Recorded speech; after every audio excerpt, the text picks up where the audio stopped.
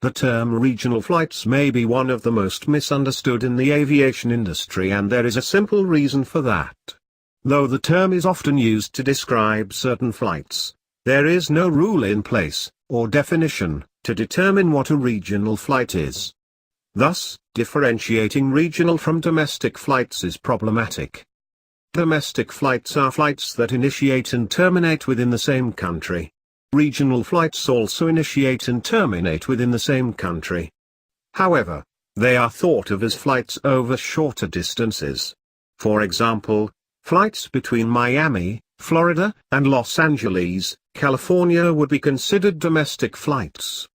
Flights between Miami and Orlando, both in Florida, could be considered regional. Despite the lack of a uniform definition, there are a number of suggestions that would make sense when terming a certain flight A as regional. Regional flights could be any flights that are within a day's drive, or 12 to 15 hours, of the originating airport.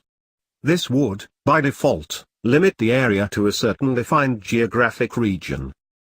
One other possibility is to split the United States up into quarterly regions and say all flights within that area are regional flights. However, arbitrarily drawing lines leads to some problems. For example, a flight originating in St. Louis, Missouri and landing in Louisville, Kentucky may be between two different regions. However, the distance between the two cities is easily reachable in a day's drive. In fact, under this definition, some regional flights may be longer than what would be termed domestic flights. This makes the definition somewhat awkward.